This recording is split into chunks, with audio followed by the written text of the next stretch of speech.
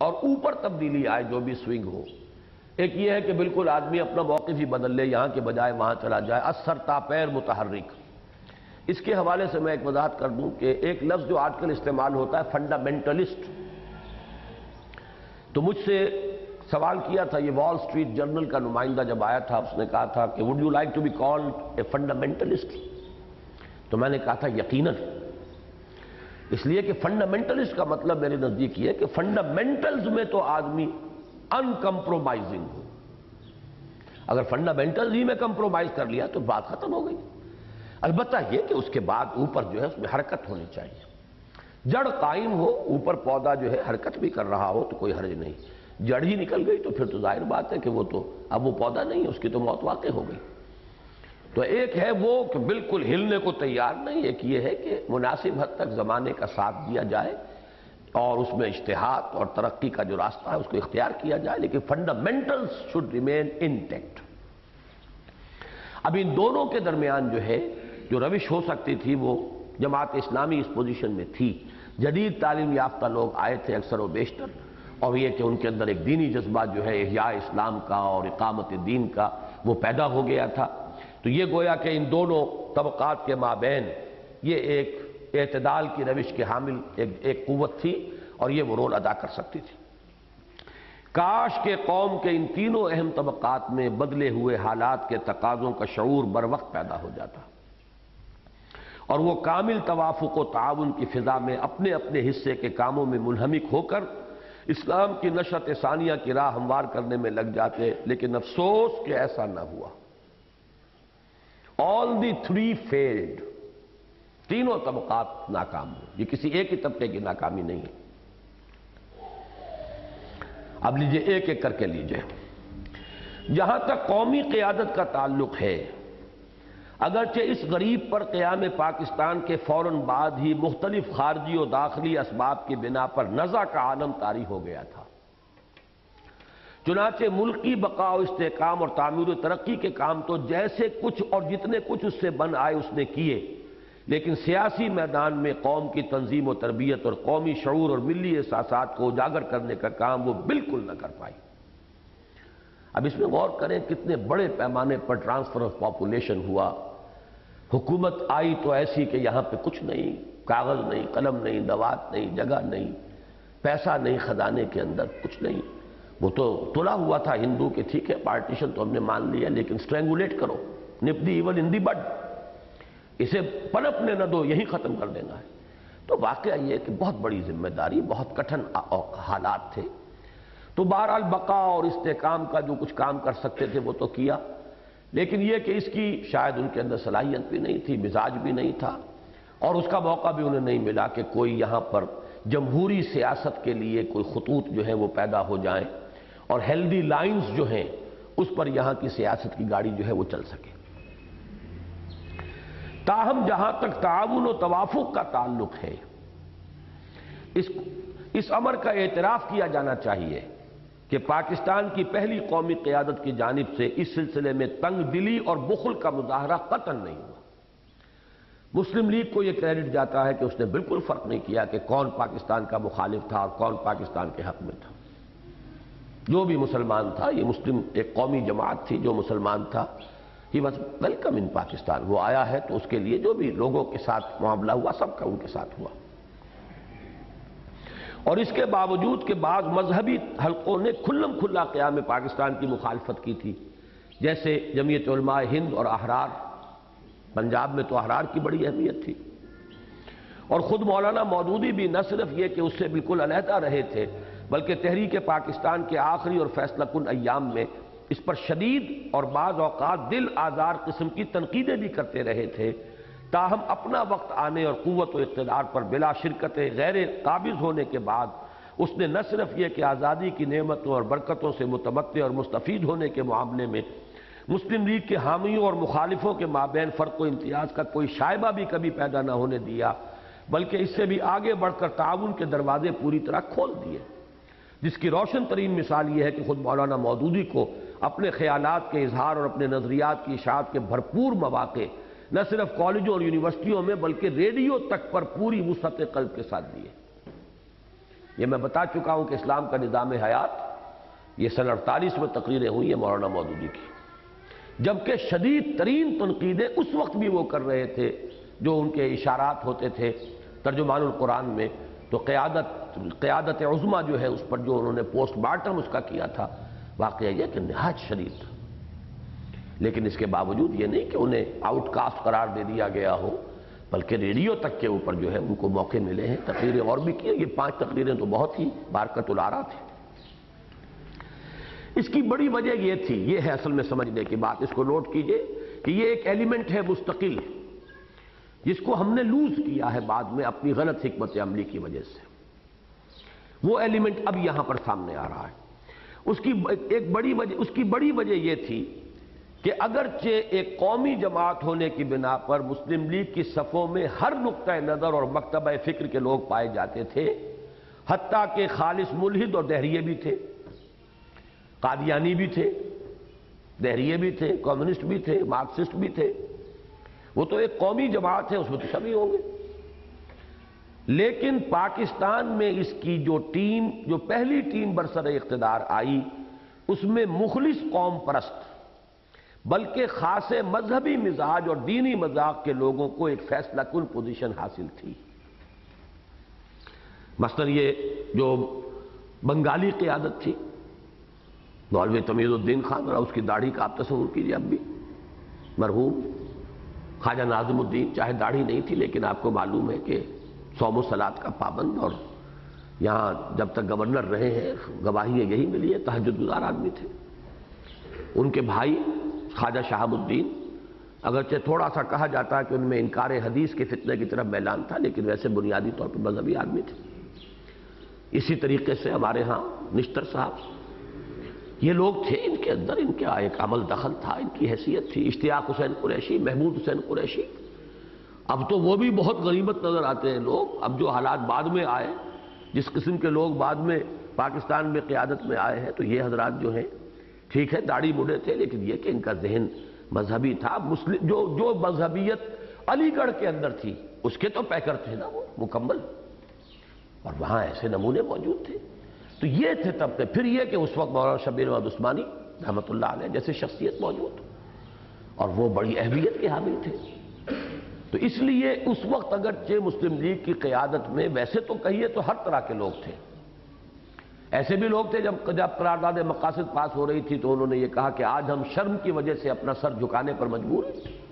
ہم کیا مہذب دنیا کو اپنے منہ دکھائیں اور ان سے نگاہیں ملائیں۔ آج اس دور میں یہ بات ہم پاس کر رہے ہیں کہ اکبر نام لیتا ہے خدا کا اس زمانے میں، ہماری کانسٹیٹیوشن اسمبلی کے اندر لوگوں نے یہ کہا۔ لیکن یہ کہ مولانا شبیر احمد عثمانی نے جب دھمکی دی ہے کہ اگر نہیں پاس کرو گے تو پھر میں مستعفی ہو کر ابھی باہر جاؤں گا، عوام کو بتاؤں گا کہ یہ سارے جو وعدے کیے گئے تھے تحریک مسلم لیگ کے دوران سب جھوٹے تھے، تب وہ پاس ہوئے۔ تو یہ ہے اصل میں جس کو نوٹ کیجئے۔ اس کی بڑی وجہ یہ تھی کہ اگرچہ قومی جماعت ہونے کی بنا پر مسلم لیگ کی صفوں میں ہر نقطہ نظر اور مکتبہ فکر کے لوگ پائے جاتے تھے، حتیٰ کہ خالص ملحد اور دہریے بھی موجود تھے، لیکن پاکستان میں اس کی جو پہلی ٹیم برسر اقتدار آئی اس میں مخلص قوم پرست مسلمان بلکہ خاص مذہبی مزاج اور دینی مذاق کے لوگوں کو ایک فیصلہ کن پوزیشن حاصل تھی۔ اور اس ملک میں اسلام کے مستقبل کے اعتبار سے بہترین حکمت عملی یہ تھی کہ تمام دینی جماعتیں اور مذہبی حلقے پچھلے ذہنی تحفظات کو بالائے طاق رکھ کر کھلے دل کے ساتھ قومی قیادت کے ساتھ تعاون کی روش اختیار کرتے، اور ایک طرف اپنی تعلیمی اور تبلیغی سرگرمیوں اور اخلاقی و عملی اصلاح کے کاموں میں مواقع اور مسائل نہیں، یہ وسائل ہونا چاہیے، مواقع اور وسائل کہ اس اضافے سے فائدہ اٹھاتے جو مسلمانوں کی قومی ریاست میں حکومت کے ساتھ تعاون کی صورت میں متوقع تھا، اور دوسری طرف قومی قیادت کے مخلص اور مذہبی رجحان رکھنے والے لوگوں کے ہاتھوں کو مضبوط بناتے۔ لیکن افسوس کہ صرف مولانا شبیر احمد عثمانی اور ان کے رفقائے کار کو چھوڑ کر کہ انہوں نے تو حصول پاکستان کی جد و جہد میں بھی مسلم لیگ کے ساتھ تعاون کیا تھا، اکثر مذہبی حلقوں نے یا تو لا تعلقی کی روش برقرار رکھی یا معاندانہ انداز اختیار کیا۔ یہاں دو باتیں کہی گئی ہیں کہ اگر یہ تعاون ہوتا تو ایک طرف تو مسلمان ملک تھا، مسلمان ملک کے وسائل یہ استعمال ہو سکتے تھے اسلام کی دعوت کو پھیلانے کے لیے، اور نمبر دو، جو ان کے اندر جو ایسا طبقہ موجود تھا کہ جو مذہبی مزاج رکھتا تھا، اسے تقویت حاصل ہوتی۔ لیکن جب ہم نے ایک معاندانہ روش اختیار کر لی تو ایک طرف تو انہوں نے پھر ہمیں محروم کر دیا ان وسائل و ذرائع کے استعمال کرنے سے، اب اس کے بعد تو ریڈیو پہ آپ کو وقت نہیں ملے گا، اور دوسری طرف یہ ہے کہ مسلم لیگ کے اندر جو طبقہ تھا وہ کمزور پڑ گیا۔ اب یہاں آگے علماء کا ایک تجزیہ ہے۔ فعال نیشنلسٹ علماء کی اکثریت اور ان کے اصل مراکز تو ہندوستان ہی میں رہ گئے تھے، یعنی دیوبند، یہ اصل میں یو پی، دیوبند اور بنگال، بہار، یہ تھے اصل مراکز جمعیت علماء ہند کے۔ فعال نیشنلسٹ علماء کی اکثریت اور ان کے اصل مراکز تو ہندوستان ہی میں رہ گئے تھے۔ پاکستان کے حصے میں جو لوگ آئے ان میں سے مجلس احرار نے بظاہر بہت عقل مندی سے کام لیا اور سیاست کے میدان سے کامل کنارہ کشی اختیار کر کے انہوں نے ڈکلیئر کر دیا تھا کہ اب ہم سیاست میں حصہ نہیں لیں گے، اس لیے کہ وہ پاکستان کے مخالف تھے، گویا کہ ان کی سیاست ناکام ہو گئی جب پاکستان بنا، تو انہوں نے ودڈرا کیا اس فیلڈ سے کہ اب ہم سیاسی جماعت نہیں ہیں، اعلان کیا باقاعدہ، اپنی سرگرمیوں کو صرف دینی و مذہبی دائرے میں محدود کر لیا۔ لیکن ایک طویل عرصے تک کارزار سیاست میں گھمسان کی لڑائی لڑ چکنے والوں کے لیے کامل علیحدگی مشکل تھی، چنانچہ چند ہی سال بعد ان کی محبوس سیاسیت، یعنی ان کا سیاسی مزاج جو رک گیا تھا، محبوس حبس میں تھا، ایک آتش فشاں کے مانند پھٹ کر رہی، اور پاکستان کی سیاسیات کا ہر طالب علم جانتا ہے کہ اس حادثے نے پاکستان کی قومی و سیاسی زندگی کی گاڑی کو پٹری سے اتارنے میں اہم ترین حصہ ادا کیا۔ یعنی وہ ختم نبوت کی تحریک، اینٹی قادیانی موومنٹ سن 53 کی، جس نے ایک ایجیٹیشن کی شکل اختیار کی، کشت و خون اور گھیراؤ جلاؤ کا مسئلہ ہوا، پھر یہاں پنجاب کی جو اس وقت وزیر اعلیٰ تھے دولتانہ صاحب، انہوں نے اس کا رخ مرکز کی طرف پھیرا، وہ صوبے اور مرکز کی سیاست کا ایک ایشو بن گیا، جس کے نتیجے میں پھر موقع ملا غلام محمد کو، ملک غلام محمد کو، کہ اس نے جو اس وقت وزیر اعظم تھے ناظم الدین، خواجہ ناظم الدین، ان کو برطرف کیا، اور وہ دن ہے کہ جس دن اس کانسٹیٹیوشنل پٹڑی سے اس ملک کی سیاست کی گاڑی اتر گئی۔ تو یہ تجزیہ جو ہے وہ سمجھ لیں کہ چونکہ انتہائی سیاسی مزاج کے لوگ تھے یہ، اب سیاست کہنے کو تو انہوں نے بند کر دی، بند ہوتی تو نہیں نہ وہ، انہوں نے ایک مذہبی مسئلے کو سیاسی مسئلے کا رخ دے کر ایجیٹیشن کی شکل دے دی۔ حالانکہ یہی مسئلہ بعد میں بھی اٹھا ہے، بعد میں قیادت غیر سیاسی آدمی کے ہاتھ میں تھی، یعنی مولانا سید یوسف بن نوری رحمۃ اللہ علیہ، تو اس میں وہ ہنگامہ نہیں ہوا، فساد نہیں ہوا، تحریک کامیاب بھی ہو گئی۔ لیکن یہاں اصل میں سیاست ان کی گھٹی میں تھی، رگ و پے میں تھی، کہنے کو وہ سیاست کے میدان سے بھی ڈرا ہوئے تھے، حقیقت میں تو نہیں ہوئے تھے، لہذا اس کو انہوں نے مذہبی اور سیاسی جو ہے در حقیقت ملغوبے کی شکل میں اٹھایا، اور اس کا نتیجہ یہ نکلا۔ اشارہ ہے سن 52-53 کی تحریک ختم نبوت کی جانب، کہ ہمارے جو بھی جس طرح سے بھی ابھی چل رہا تھا معاملہ، وہ تھا دستور کے مطابق، لیکن یہ کہ اس کے بعد موقع مل گیا، اور پھر جو پٹڑی سے گاڑی اتری ہے تو وہ اب دیکھیں کب چڑھتی ہے، وہ چڑھتی ہے پھر اتر جاتی ہے، پھر چڑھتی ہے پھر اتر جاتی ہے۔ ابھی دیکھیے جیسے کسی سائیکل کی پرانی چین ہوتی ہے، وہ بار بار اترتی ہے، پھر چڑھا کر پھر چلتا ہے چند قدم، پھر وہ۔ علماء دین کی ایک عظیم اکثریت نے، یہ تو ایک رول ہو گیا مذہبی طبقے کا، ایک خاص طبقہ، علماء دین کی ایک عظیم اکثریت نے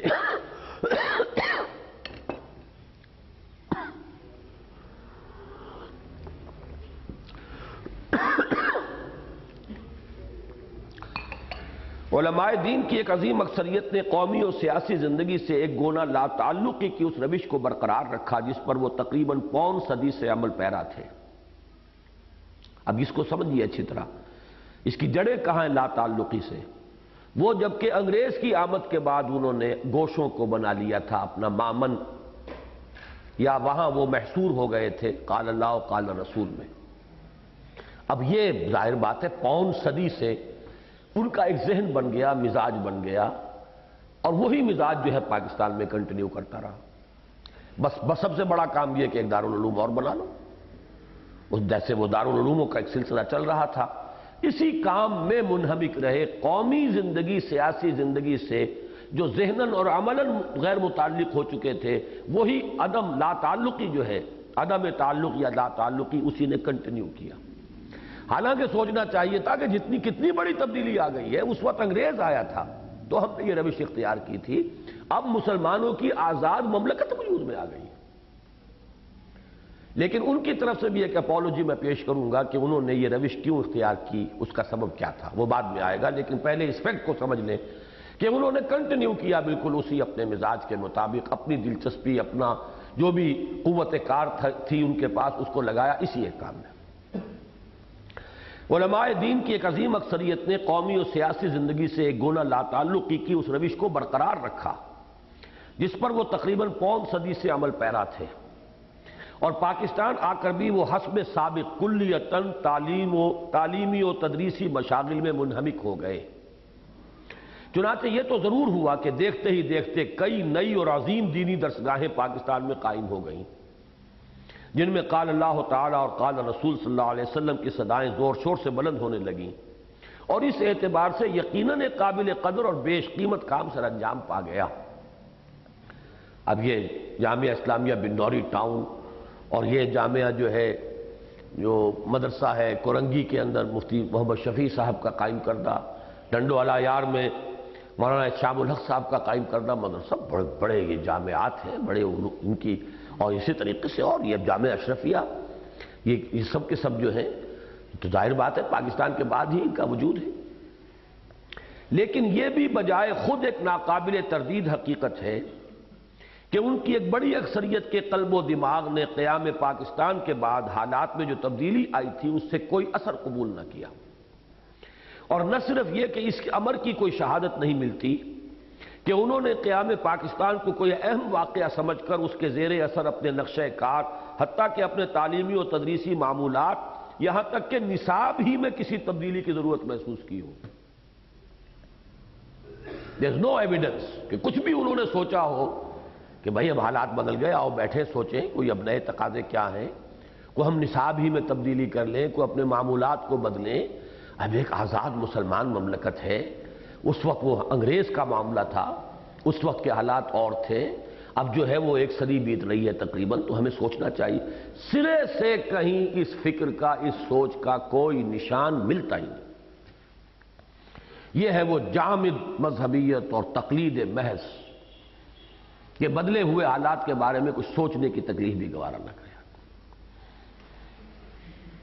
بلکہ صاف محسوس ہوتا ہے کہ ان کے نزدیک یہ واقعہ کہ حکومت کی باغ ڈور اور غیر ملکی اور غیر مسلم حکمرانوں کے ہاتھ سے نکل کر مسلمان قوم کے اپنے ہاتھ میں آ گئی تھی، یہ واقعہ کہ حکومت کی باغ ڈور غیر ملکی اور غیر مسلم حکمرانوں کے ہاتھوں سے نکل کر مسلمان قوم کے اپنے ہاتھ میں آ گئی تھی، قطعاً کوئی اہمیت نہ رکھتا تھا، اور وہ اپنے ذہنوں میں نئے مسلمان حکمرانوں کو بالکل اسی مقام پر رکھ کر اپنے سابقہ طریقہ کار پر عمل پیرا رہے جس پر ان سے پہلے کے حکمران تھے۔ اس ضمن میں نے ایک اہم مضمون جو ہے اس کتاب کے ضمیمے کے طور پہ شامل کیا ہے، چنانچہ شہدہ شاہد من اہلہا کے مصداق اس حقیقت واقعی کی شہادت مولانا سید محمد یوسف بنوری رحمۃ اللہ علیہ کی ایک تحریر میں موجود ہے، جو اس کتاب کے ضمیمے کے طور پر شائع کی جا رہی ہے، وہ اس میں شامل ہے، وہ بعد میں دیکھ لیجیے گا۔ اچھا، اب یہ ہے اپالوجی کہ ان حضرات نے یہ طرز عمل کیوں اختیار کیا۔ بدقسمتی سے قومی قیادت کے بعض عناصر اور پاکستان کی مختلف سروسز کے اعلیٰ افسروں کی اکثریت نے مغربی طرز فکر اور یورپی طرز بود و باش کو جس حد تک اختیار کر لیا تھا، اس کے پیش نظر مذہبی طبقات کا یہ طرز عمل کسی حد تک فطری بھی تھا۔ یہی سمجھا کہ وہ گورے انگریز چلے گئے یا کالے انگریز آ گئے، وہی کہ وہی انگریز ہیں، وہی کرسٹان ہیں، وہی یہ اسی طرح کی ان کی تہذیب ہے، وہی سب کچھ ہے۔ تو یہ جو ایک بات تھی واقعتاً انگریز کلچرلی جو ایک انقلاب برپا کر گیا تھا یہاں، اب حکومت تو آئی انہی کے ہاتھ میں، وہ چاہے وہ سویلین بیوروکریسی ہو اور چاہے وہ ملٹری ٹاپ براس ہو، سب کے سب وہی تھے، اسی رنگ میں رنگے ہوئے، بلکہ ملٹری والے تو 10 ہاتھ آگے تھے۔ سویلینز کا معاملہ تو یہ تھا کہ ان میں دوسری قسم کے لوگ تھے، تو اور بھی یعنی کچھ تھوڑے بہت مذہبی مزاج کے صوم و صلات کے پابند جن کی خاندانی روایات ایسی تھی وہ موجود تھے. فوج کا حال تو بہت پتلا. تو اب چونکہ وہی کچھ نظر آیا انہیں تو انہوں نے سمجھا کوئی تبدیلی نہیں آئی، حالانکہ تبدیلی عظیم آ چکی تھی. اب اختیار تو ان کے ہاتھ میں تھا، مسلمانوں کے ہاتھ میں. لہذا اس میں کچھ تھوڑی سی ان کی طرف سے اپالوجی ہے، ویسے کافی نہیں ہے یہ، لیکن یہ کہ کسی درجے میں یہ کہا جا سکتا ہے کہ اس بنا پر انہوں نے سمجھا کوئی فرق واقع نہیں ہوا ہے. وہ گورے انگریز چلے گئے ہیں، کالے انگریزوں نے ان کی جگہ لے لی ہے. اللہ اللہ اور خیر صلی اللہ. بار نو ہوا یہ کہ قومی قیادت اور مذہبی حلقوں میں جو بعد قیام پاکستان سے پہلے تھا وہ اعلیٰ حال ہی قائم رہا، اور اجنبیت اور غیریت کے پردے جو کہ تو حائل رہے. اور اگرچہ علماء کی ایک بڑی اکثریت نے اپنے آپ کو سیاسی سرگرمیوں سے دور ہی رکھا، لیکن اس مغایرت اور بعد کی بنا پر بہرحال یہ ہوا کہ عدم اطمینان کی ایک کیفیت ان میں مستقل طور پر موجود رہی، جس سے مختلف سیاسی گروہ وقتاً فوقتاً فائدہ اٹھاتے رہے. یہ بہت گہری بات ہے. علماء کی اکثریت تو سیاست سے بھی دور، وہ تو وہی کام جو شروع ہو گیا تھا، قال اللہ و قال الرسول، پڑھاتے رہو، اور ان میں سے جو ذہین جو پڑھ جائیں وہ پھر پڑھانا شروع کر دیں، جو کمتر صلاحیت ہوں گے وہ جائیں مسجد میں بیٹھے خطبہ دیں. اور مسجدیں ایک سے ایک اعلیٰ بن رہی تھی، لہذا وہ کیریئر بھی بڑے اچھے اچھے اب علماء کے سامنے آ رہے تھے، فارغ التحصیل لوگوں کے. پہلے مسجدیں کچی ہوتی تھیں، جمعرات کی روٹی کا انتظار رہتا ہوگا، اب تو بڑے ٹھاٹھدار جو ہیں وہ عالی شان محل جو ہے وہ مسجدوں کی صورت میں آ رہے تھے، اور ان کے ساتھ بڑے آراستہ پیراستہ جو ہے رہائش گاہیں بھی مل رہی تھیں. تو یہ تو ایک تو پوری یوں سمجھیے کہ ایک نیا بیوروکریسی کا ایک دائرہ کھل گیا. باقی یہ کہ جو ذہین ہے وہ پڑھ کر پھر پڑھانا شروع کر دیں، وہ تو ایک سرکل ہے جو چلتا ہے. تو علماء کی اکثریت کا تو معاملہ یہ رہا، اور وہ سیاست سے لا تعلق رہے. لیکن ہوا یہ کہ یہ جو لا تعلقی اور مغایرت اور بعد تھا، اسے کچھ سیاسی لوگ ایکسپلائٹ کرتے رہے. کوئی مسئلہ اٹھا دیا، عید کے چاند کا مسئلہ اٹھا دیا، اب سب مولوی جو ہے اس کے لیے، چاہے وہ خود سیاسی نہیں ہے اور کسی سیاسی جماعت نے اٹھایا ہے مسئلہ، لیکن بہرحال ہے تو مذہبی مسئلہ، عید کے چاند کا مسئلہ ہے، وہ سب کے سب کھڑے ہو جائیں گے. تو یہ چیز جو ہے، یہ ساری ہماری جو تحریکیں چلی ہیں بعد میں، ان کا جو اصل کاز ہے وہ یہاں پر آپ اچھی طرح سے اس کو سمجھ لیں. جڑ یہ ہے کہ اگرچہ علماء کی عظیم اکثریت خود سیاست کے میدان سے لا تعلق رہی، لیکن ان کی بے اطمینانی، ان کی مغایرت، ان حلقوں کو یہی سمجھنا کہ یہ بھی در حقیقت وہی کچھ ہیں، تہذیب اور تمدن کے اعتبار سے یہ کالے انگریز ہیں، تو وہ دشمنی، وہ جو کچھ تھی، وہ بہت تھا، وہ برقرار رہا. نتیجہ یہ ہے کہ اگرچہ خود سیاست میں نہیں آئے، لیکن اگر کچھ سیاسی عناصر نے کسی وقت کسی مذہبی ایشو پر کوئی ایجیٹیشن شروع کر دیا، تو گویا کہ اس کے لیے پہلے ہی سے یہ بارود جو ہے، یہ ہماری پوری آبادی کے اندر چپے چپے پر یہ بارود پہلے سے موجود تھا. ہر مسجد میں جو ہے جو بھی خطیب اور امام ہے، وہ ظاہر بات ہے کہ وہ ان جذبات کا حامل تو ہے، چاہے خود سیاسی نہ ہو. رہی جماعت اسلامی، تو اس دور میں احیاء اسلام کی سعی و جہد کے لیے سب سے زیادہ، جو اس دور میں احیاء اسلام کی سعی و جہد کے لیے سب سے زیادہ صلاحیت اور استعداد کی حامل تھی، تو اس نے پاکستان میں جو طریقہ کار اختیار کیا وہ اس داستان کا المناک ترین باب ہے. اور اس کی بدولت اس کی تمام قوتیں اور توانائیاں ایک تخریبی راستوں پر پڑ گئیں، جن سے نہ صرف یہ کہ ملک و ملت کو شدید نقصان پہنچا، بلکہ خود اسلام کی راہ میں بے شمار رکاوٹیں کھڑی ہو گئیں. اب اس کی شرح ہے یہ آگے. 1939-40 میں مولانا مودودی مسلمانان ہند کی قومی جد و جہد سے یہ کہہ کر علیحدہ ہوئے تھے کہ محض نام کے مسلمانوں کی تنظیم سے اسلامی حکومت کسی طرح قائم نہیں ہو سکتی. اس کے لیے لازم ہے کہ پہلے علمی و فکری اور ذہنی و نظری سطح پر اسلامی انقلاب برپا کیا جائے، اور پھر معاشرے میں اخلاقی و عملی تبدیلی اس حد تک پیدا کر دی جائے کہ اس میں کسی جاہلی نظام کا چلنا دشوار ہو جائے. حکومت اور ریاست کی سطح پر کسی واقعی اور پائیدار تبدیلی کی توقع اس کے بعد ہی کی جا سکتی ہے. لہذا ہم مسلمانوں کی قومی جد و جہد کا ساتھ دینے میں اپنا وقت ضائع اور اپنی منزل کھوٹی کرنے کو تیار نہیں ہیں.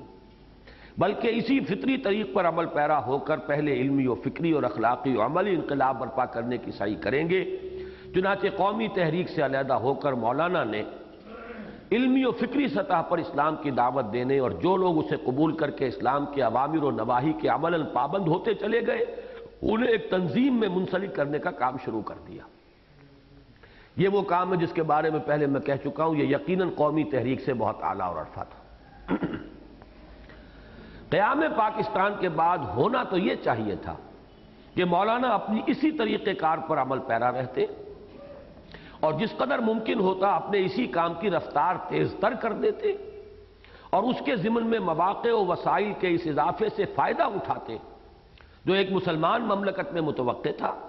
اور جن کے ضمن میں جیسا کہ ہم پہلے عرض کر آئے ہیں پاکستان کی پہلی قومی حکومت کی جانب سے ہرگز کسی بخل کا مظاہرہ نہیں ہوا تھا۔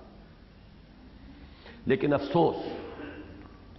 کہ اس موقع پر ان کی ذہانت نے ایک بالکل ہی نیا پیترا بدلا۔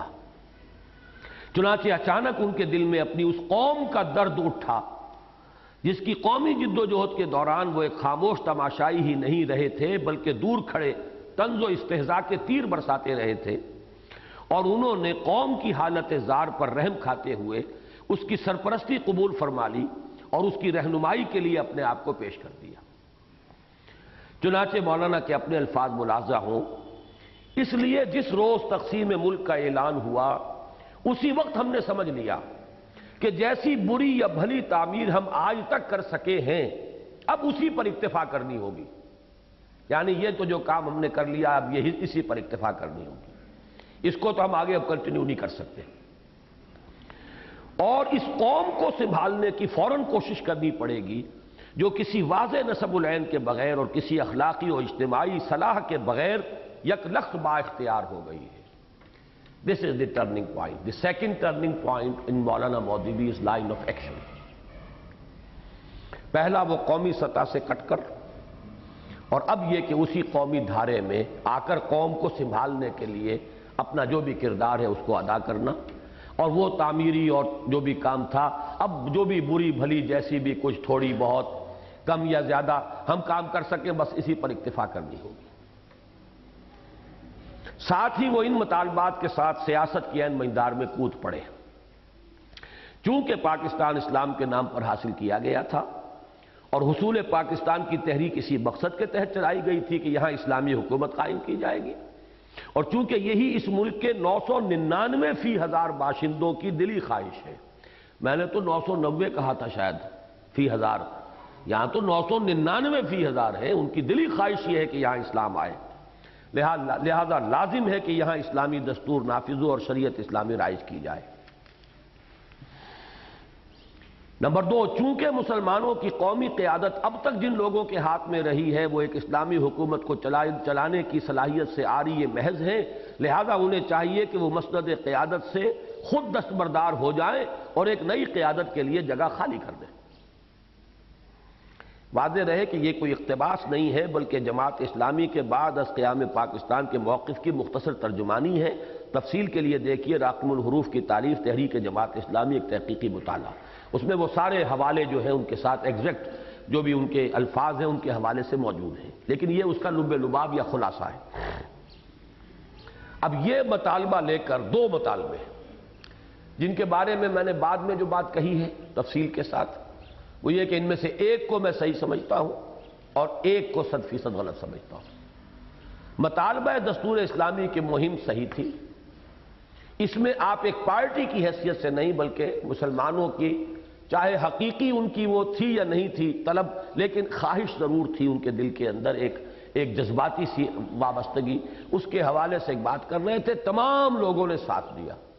یہاں تک کہ مسلم لیگ میں ہونے کے باوجود فیصلہ کن رول پلے کیا مولانا شبیر احمد عثمانی نے، قرارداد مقاصد پاس ہو گئی۔ لیکن یہ دوسرا پہلو ہے در حقیقت مہلک ترین، کہ آپ ہٹیں اب ہمارا راستہ ہے، انقلاب قیادت، انقلاب قیادت۔ اس طرح گویا مولانا مودودی نے احساس فرض سے مجبور ہو کر بیک وقت اسلام اور پاکستان دونوں کی سرپرستی کا بوجھ اپنے سر لے لیا۔ پہلے تو وہ ایک سرپرستی اسلام کی کر رہے تھے، اب انہوں نے کہا اسلام اور پاکستان دونوں کی سرپرستی جو ہے ہمیں کرنی ہے۔ یہ وہ وقت تھا جب پاکستان کی قومی قیادت بہت سی داخلی و خارجی مشکلات میں مبتلا تھی۔ ایک طرف ایک بالکل نئی لیکن وسیع و عریض اور دو انتہائی دور دراز خطوں پر مشتمل سلطنت کے پیچیدہ مسائل و معاملات تھے، جن کا حل اور وہ بھی انتہائی بے سر و سامانی کے عالم میں بجائے خود ایک کٹھن مرحلہ تھا۔ پھر اس پر تبادلہ آبادی اور مہاجرین کی آبادکاری کے مہیب مسائل مستضاد ہو گئے۔ دوسری طرف بانی پاکستان اور ان کے دست راست قیام پاکستان کے بعد جلد ہی دنیا سے رخصت ہو گئے۔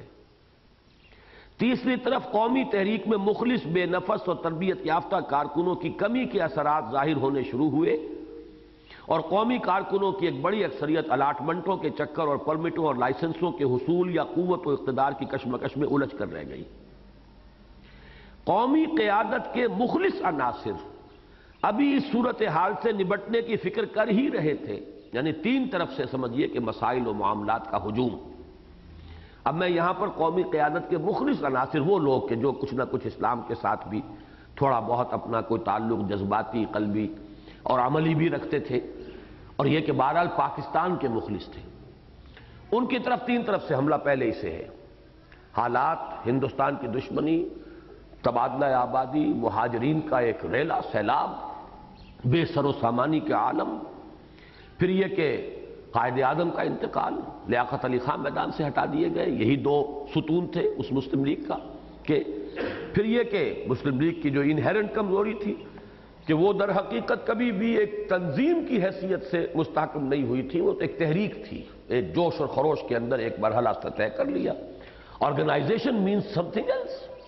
کارڈرز کا معین ہونا، مخلص کارکنوں کا ہونا وہ تھی نہیں، اس کی کمی کے آثار بھی ظاہر ہوئے۔ اب جو مخلص عناصر تھے، مخلص پاکستان کے بھی اور مخلص کسی درجے میں اسلام کے بھی، قومی قیادت کے مخلص عناصر ابھی اس صورتحال سے نبٹنے کی فکر کر ہی رہے تھے کہ مولانا مودودی اپنی مختصر لیکن منظم جمعیت کو لے کر میدان میں آ گئے، اور انہوں نے پروپیگنڈے کی ایک مؤثر تکنیک کے ذریعے ملک بھر میں ایک ہلچل پیدا کر دی۔ چنانچہ قومی قیادت ایک نئے اور پیچیدہ مسئلے سے دوچار ہو گئی۔ قومی قیادت کے لیے اس مسئلے کی پیچیدگی کا اہم ترین پہلو یہ تھا کہ جس اسلام کے نام پر مولانا مودودی سیاست کے میدان میں اترے تھے، وہ نہ صرف یہ کہ خود اس کا اپنا دین تھا، بلکہ قریبی زمانے میں خود اس نے اسی کے نام پر عوام کے جذبات کو اپیل کی تھی۔ اسلامی کا نعرہ لگ رہا تھا، تو اسلام کا نعرہ تو یہ خود اس نعرے کو انہوں نے ہوا دی تھی، اور بہرحال دین تو ان کا بھی یہی تھا، مذہب تو یہی تھا۔ لہذا مولانا مودودی کے مطالبے کا کوئی براہ راست جواب اس کے لیے ممکن نہیں تھا، اب انکار کرے تو کیسے کرے۔ دوسری طرف اسے یہ بھی نظر آ رہا تھا کہ صورتحال ایسی بنا دی گئی ہے کہ اسلام کی جانب کسی قدم کا اٹھانا مولانا مودودی اور جماعت اسلامی کی نئی قیادت کے سامنے پسپائی کے مترادف ہوگا۔ جو مطالبہ کر رہے ہیں اگر آپ اسلام کی طرف خود تھوڑا سا پیش قدمی کریں گے، اس کا کیا مطلب ہے؟ Political ٹرائمف of Jamaat Islami and political defeat of Muslim league. یہ بات سمجھ میں آ رہی ہے کہ نہیں؟ سیاست کے اندر تو یہ معاملہ ہو جاتا ہے کہ آپ ایک مطالبہ مجھ سے کر رہے ہیں، میں سمجھتا بھی ہوں کہ بات ٹھیک ہے، لیکن میں اس لیے نہیں مانتا کہ اس کا مطلب یہ ہے کہ آپ کی فتح ہو گئی اور میری شکست ہو گئی۔ یہ تو ذاتی مباحثے کے اندر بھی ہو جاتا ہے۔ جہاں یہ قومی اور سیاسی مسئلہ ہو، اس کا مطلب یہ ہے کہ اس کا عوام پر کیا اثر پڑے گا کہ یہ پارٹی ڈیفیٹڈ ہے اور وہ پارٹی کھڑی۔ ایک جو آپ کو پارلیمانی سیاست میں تو معلوم ہے کہ ایک ایشو پر بھی ڈویژن کے اندر اگر پارٹی جو ہے اپوزیشن والی اس کو ووٹ زیادہ مل جائے تو حکومت ختم۔ اس کا ایک بین ثبوت اس وقت مل بھی گیا جب قرارداد مقاصد کو جو اصلاً خود تحریک مسلم لیگ کے مخلص اور دیندار عناصر، خصوصاً مولانا شبیر احمد عثمانی اور مولانا ظفر احمد انصاری، ان کا نام مجھے ابھی تک میرے ذہن میں نہیں آیا تھا، یہ اس کے آگے رحمت اللہ علیہ کیوں لگا دیا؟ ابھی تو وہ بقید حیات ہیں، یہ ہمارے کسی ہے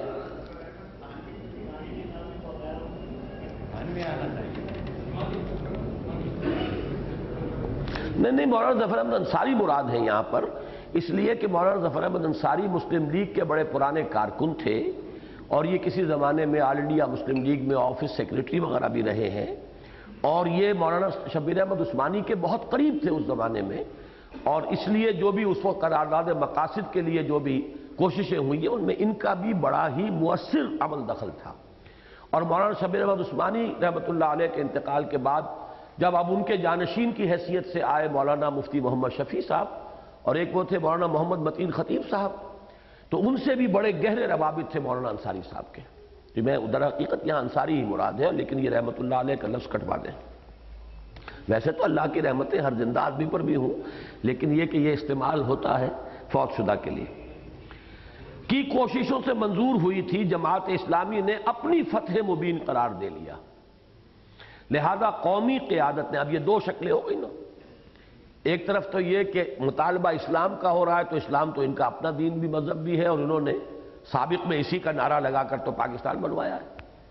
تو اب ڈائریکٹلی کیسے اس کا مقابلہ کریں اور جواب دیں اور انکار کریں۔ دوسری طرف پوزیشن یہ تھی کہ کوئی بات مانتے ہیں تو اس کا مطلب یہ کہ جماعت اسلامی کی کامیابی ہو گئی، پولیٹیکل ایڈوانس ہے اس کی، اور مسلم لیگ کا گویا کہ پولیٹیکل ریٹریٹ ہو رہی ہے۔ لہذا اب یہاں لہذا ہے اس کا دو اسباب کی بنا پر، لہذا قومی قیادت نے کچھ لیت و لال سے کام لینا شروع کیا، کچھ مولانا مودودی اور جماعت اسلامی پر ہیر پھیر کے راستوں سے حملے شروع کیے، اور کبھی کبھی اسلامی دستور و قانون کے نفاذ کے مطالبے کی براہ راست مخالفت بھی کی۔ اس معاملے میں پاکستان کی سیاست میں جو عجیب الجھاؤ پیدا ہو گیا تھا، اس کا کسی قدر اندازہ اس سے کیا جا سکتا ہے کہ قومی قیادت کی جانب سے اول جو لوگ مولانا مودودی اور جماعت اسلامی کے خلاف دلائل و براہین کے ہتھیار لے کر میدان میں اترے، وہ ڈاکٹر اشتیاق حسین قریشی اور ڈاکٹر محمود حسین جیسے پابند صوم و صلات اور دینی درد اور مذہبی جذبہ رکھنے والے لوگ تھے۔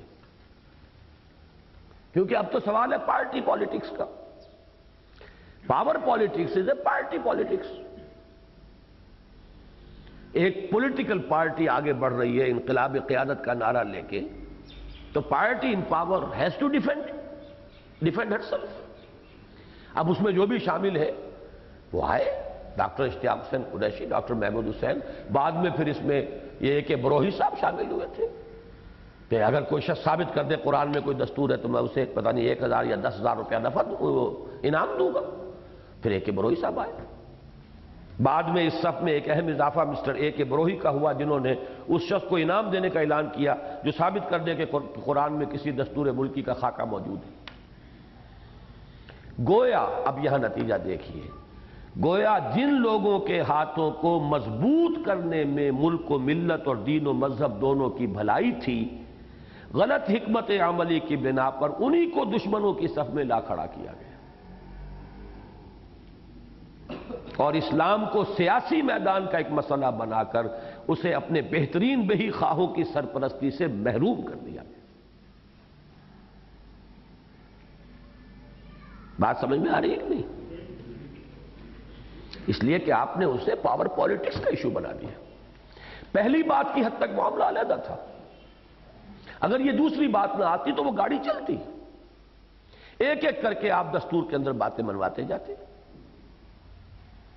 یہی ایک دفعہ جو تھی no legislation will be done repugnant to the Quran and the Sunnah, ایک ہی مطالبہ ہونا تھا، اسے جسٹیسیبل کرو،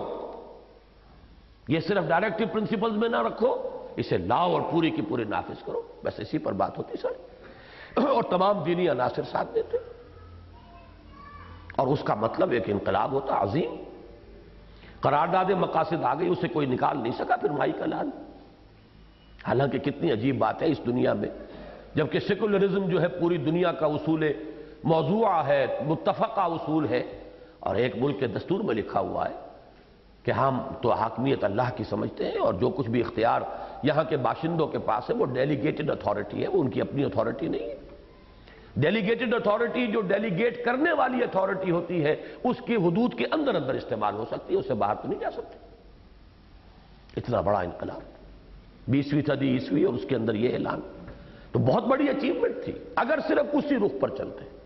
اور کام اپنا کرتے جاتے،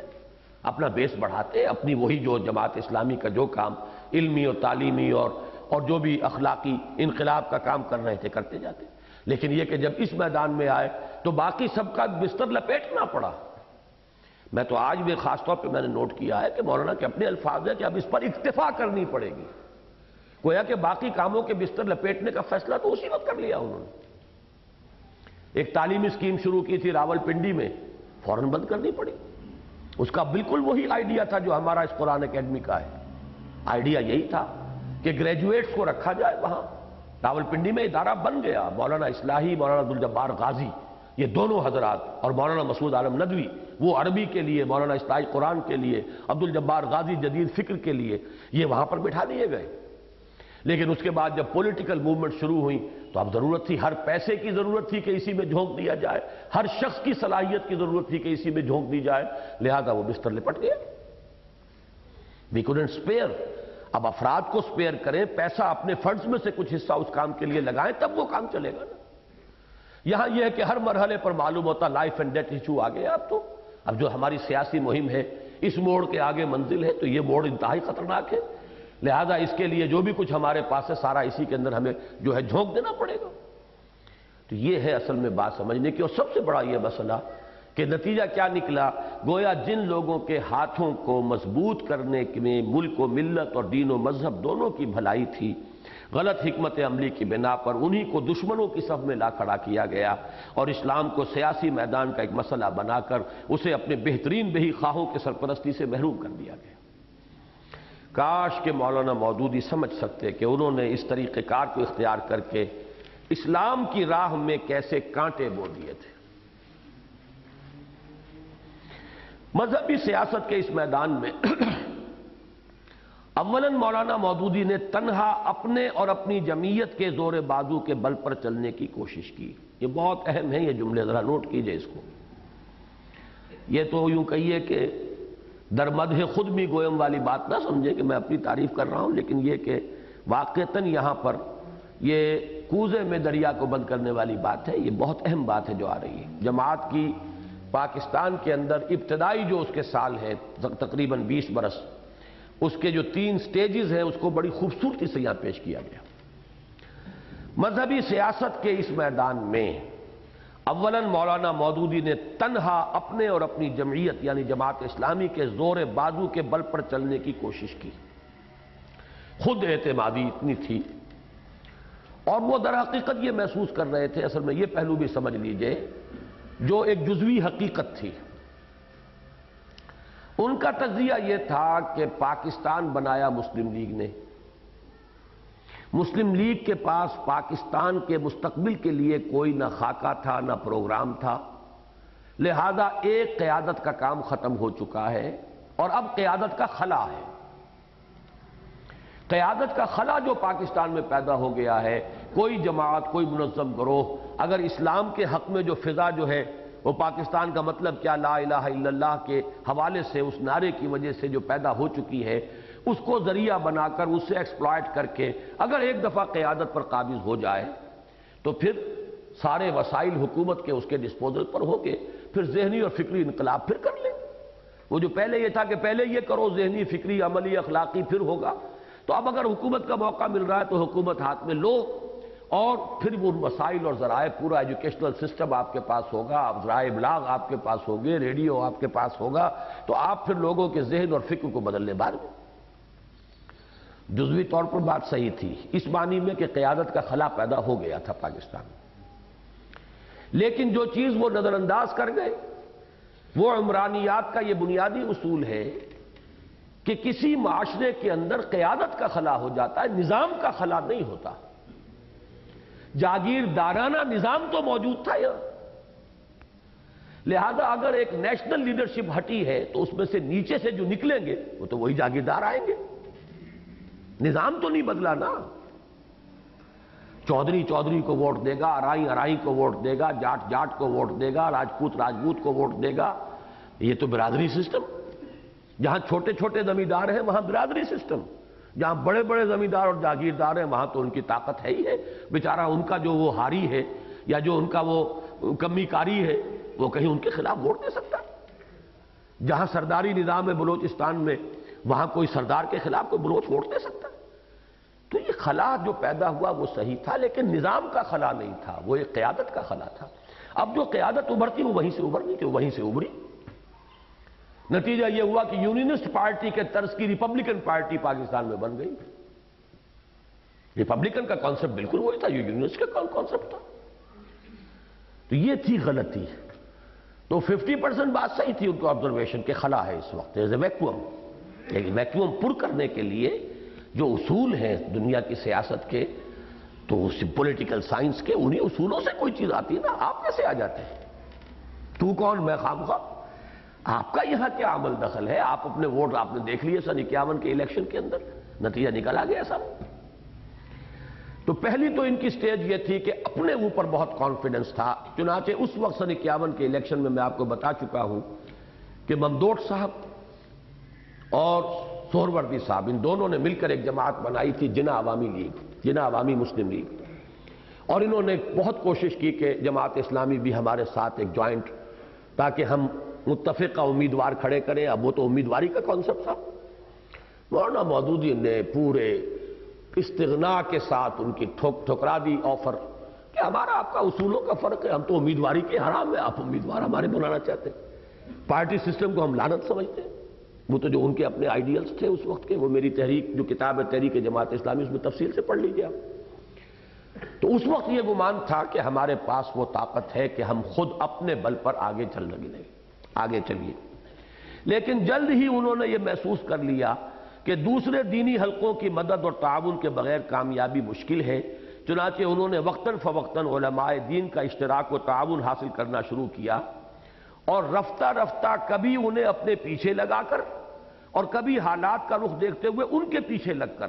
جیسے کہ اینٹی قادیانی تحریک کے زمانے میں ہوا، ایک دینی کیمپ کا تصور پیدا کیا. یہ دوسری اسٹریٹجی تھی. یعنی رجال قوم یا اعاظم قوم اور ادھر رجال دین، ان کے درمیان ایک رائیولری کا ایک کی نسبت جو پہلے سے موجود تھی، موت تھی، بیگانگی تھی. اب اس کو باقاعدہ ایک دینی کیمپ کا تصور دیا. اس کے دو انتہائی مضر نتائج برآمد ہوئے. ایک یہ کہ سیاست کے میدان میں جماعت اسلامی کے ساتھ علماء دین بھی قومی قیادت کے حریف بن گئے، اور رفتہ رفتہ برسر اقتدار طبقہ اور رجال دین دو مخالف و معاند گروہوں کی صورت اختیار کرتے چلے گئے. پہلے وہ صرف دور تھے، لا تعلقی تھی، بعد تھا. اب معاند اور مخالف گروہوں کی شکل بن گئی. اور دوسرے یہ کہ مولانا مودودی اور جماعت اسلامی کو جدت پسندی اور اثر تاپیر متحرک متجددیت اور قدامت پرستی اور سراپا جامد مذہبیت کے مابین ایک امت وسطیٰ کی پوزیشن کو ترک کر کے کلیتاً قدامت پرستی اختیار کرنی پڑی. علماء کا ساتھ دینا ہے تو پھر انہی کا رنگ جو ہے مذہب کے وہی تصورات اختیار کرنے پڑیں گے. وہ جو ایک بیچ کی پوزیشن تھی، اس سے گویا کہ جماعت اسلامی نے خود دستبرداری اختیار کی. اور اگرچہ اس کی بنا پر بہت سے دلچسپ تضادات ظہور میں آئے، مثلاً یہ کہ ایک شخص اس شخص کو جو تنہا اپنی ذات پر بھی فقہ حنفی کو پوری طرح نافذ کرنے کو تیار نہ تھا، بلکہ اس میں اپنا عقول لگانا ضروری خیال کرتا تھا، یہ موقف اختیار کرنا پڑا کہ 10-11 کروڑ افراد کی ایک پوری قوم پر صدیوں پیشتر کی مرتب شدہ فقہ حنفی کو جو کا تو نافذ کر دیا جائے. مولانا مودودی تو مقلد حنفی نہیں تھے اس معنی میں، بلکہ یہ کہ وہ کہتے تھے کہ میں جس چیز میں تحقیق کر سکتا ہوں، میری جو رائے بنتی ہے وہ میں اختیار کر لیتا ہوں. باقی یہ کہ جہاں مجھے موقع نہیں ملتا، جتنی میں نے کسی مسئلے کی اہمیت نہیں سمجھی کہ پوری تحقیق کروں، وہاں میں حنفی فقہ پر عمل کرتا. تو گویا کہ پورے مقلد وہ خود اپنی ذات میں بھی نہیں تھے. لیکن یہ کہ اب اس ملک کے اوپر چونکہ یہاں پہ اکثریت جو ہے وہ حنفیوں کی ہے، لہذا وہی صدیوں پیشتر کی مرتب شدہ فقہ حنفی نافذ کر دی جائے، یہ مطالبہ کرنا پڑا. اس سلسلے کا ایک دلچسپ لطیفہ مولانا داؤد غزنوی مرحوم نے سنایا کہ ایک موقع پر علماء کے ایک مشترکہ بیان پر مولانا مودودی نے ان سے بھی دستخط کرانے چاہے، جس میں ایک شق یہ بھی تھی کہ ملک میں فقہ حنفی رائج کی جائے. مولانا داؤد غزنوی مرحوم نے فرمایا، اس پر میں نے مولانا کی خدمت میں عرض کیا کہ کیا آپ چاہتے ہیں کہ اپنے قتل کے حکم نامے پر میں خود دستخط کروں؟ وہ تو اہل حدیث ہے، فقہ حنفی کے کہاں وہ ماننے والے ہیں. لہذا اب آپ چاہتے ہیں کہ اپنے قتل کے حکم نامے پر آپ مجھ سے دستخط کرانا چاہتے ہیں. لیکن یہ ہے کہ ایک پولیٹیکل ریکوائرمنٹ تو یہ تھی، جب آپ کو ایک مذہبی کیمپ بنانا ہے تو وہ تو ظاہر بات ہے زیادہ جماعتیں تو یہاں حنفی ہیں، وہ دیوبندی ہوں، بریلوی ہوں، عظیم اکثریت جو ہے اہل سنت کی یہاں پر وہ حنفی ہے، لہذا ایک تو یہ اس کا نتیجہ نکلا۔ لیکن مولانا پر جلد از جلد، یہ بہت سخت الفاظ ہیں، نہ ہوتے تو اچھا تھا، لیکن مولانا پر جلد از جلد مسند حکومت پر پہنچ کر قوم اور مذہب دونوں کو سنبھالنے کا جو خبط سوار ہو گیا تھا، اس کے پیش نظر یہ قربانیاں بہرحال بہت حقیر تھیں۔ ہم نے کیا کیا نہ کیا دیدہ و دل کی خاطر، پھر تو سب کچھ کرنا پڑتا ہے۔ اس میں تیسری چیز کا اضافہ کر لیجئے، تھرڈ گیئر لگا ہے جماعت اسلامی میں کب؟ جبکہ یہ محسوس ہوا یہ مذہبی کیمپ بھی کچھ کام نہیں کر سکتا،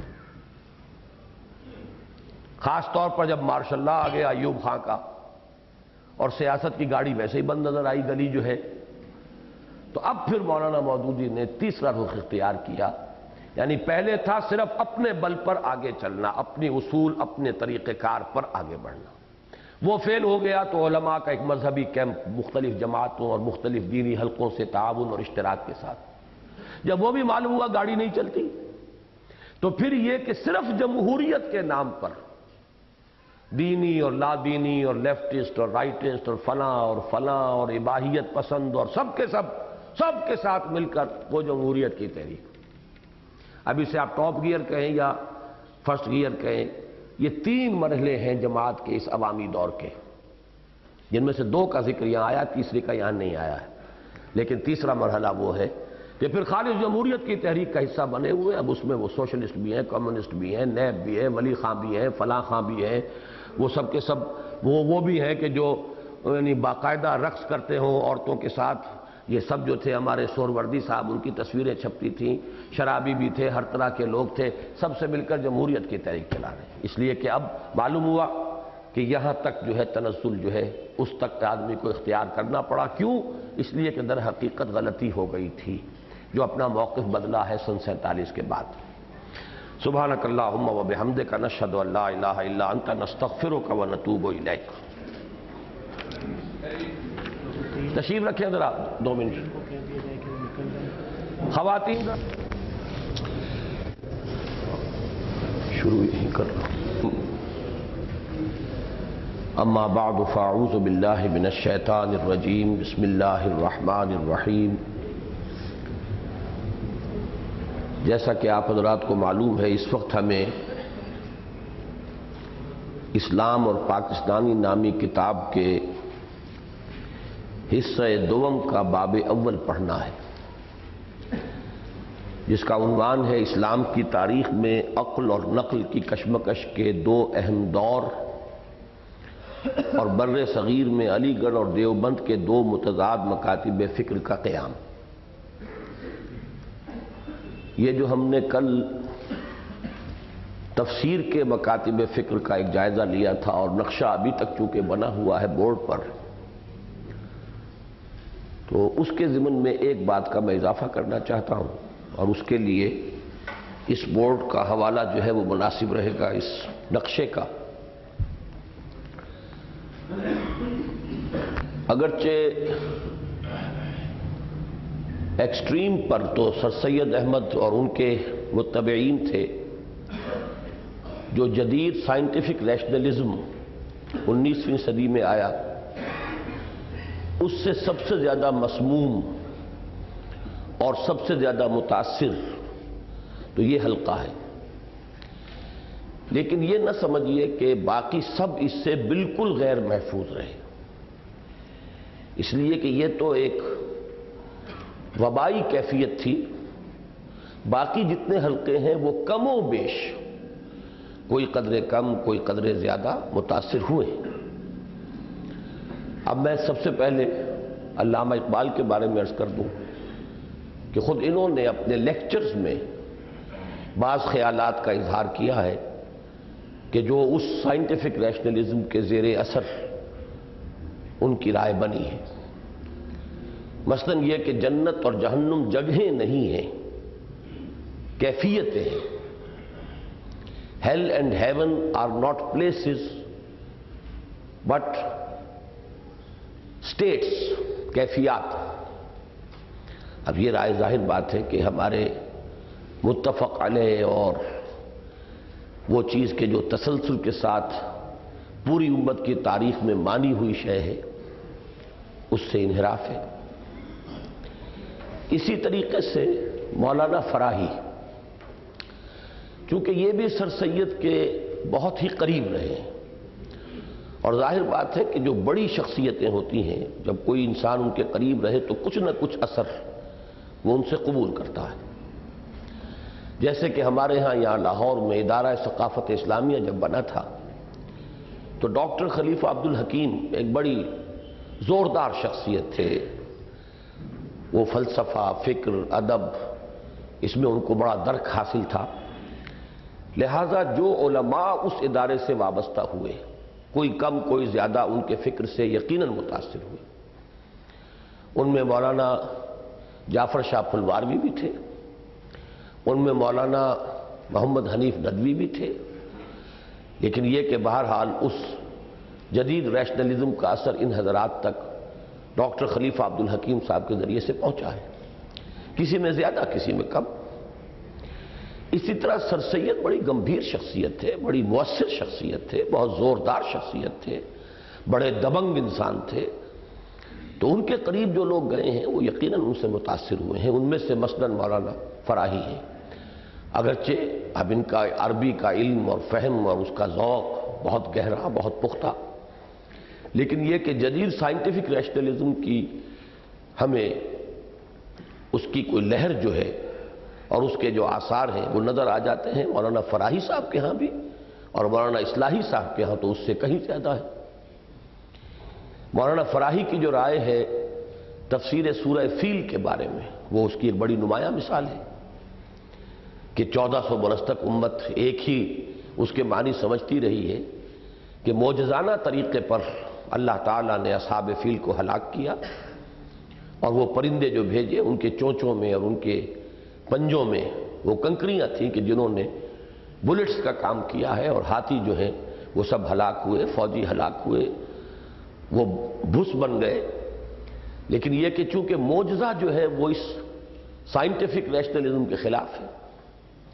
سائنٹیفک ریشنلزم کا تو اصول یہ ہے کہ لاز آف نیچر یہ مستقل ہیں، دائم ہیں، انبریکیبل، انوائلیبل۔ تو اب جو قانون طبیعی ہے، مثلاً یہ کہ حضرت موسیٰ علیہ السلام کی ایک ضرب سے سمندر پھٹ گیا، یہ اس قانون طبیعی کے خلاف ہے، لہذا جدید ریشنلزم نے اس کی یہ تعویل کی کہ یہ مد و جزر تھا، سمندر میں اتار چڑھاؤ آتا رہتا ہے۔ جب وہ سمندر جزر کی حالت میں تھا، کچھ خشکی نکل آئی تھی، حضرت موسیٰ اپنی قوم کو لے کر نکل گئے، اور جب فرعون آیا تو وہ جو مد کا وقت تھا سمندر چڑھاؤ پر آ گیا، غرق ہو گیا، تاکہ وہ معجزے کی جو ہے کیفیت اس میں نہ رہے، بلکہ وہی جو ایک ذہن بنا تھا سائنٹیفک، اس سائنٹیفک ذہن میں بات اتر جائے۔ تو یہ بات بہت سے لوگوں نے جدید دور میں کہی ہے، سر سید نے کہی۔ تو اسی طرح کا معاملہ جو ہے اس معاملے میں تو نہیں، اگرچہ مولانا اصلاحی صاحب اس کے لیے ہواؤں کا تصرف کہتے ہیں کہ ہوا جو ہے وہ سمندر کو ہٹا کے لے گئی تھی، اور ہواؤں کا تصرف ہے پھر ہوا دوبارہ واپس لے آئی، لیکن اس سے بھی وہ معجزے کی تصویر تو نہیں آتی سامنے۔ معجزہ تو یہ ہے کہ فانفلق البحر فکان کل فرق کالطود العظیم، الفاظ تو یہ ہے قرآن کے، کہ سمندر پھٹ گیا اور اس کا ہر ٹکڑا ایسے ہو گیا جیسے ایک بڑی چٹان ہو۔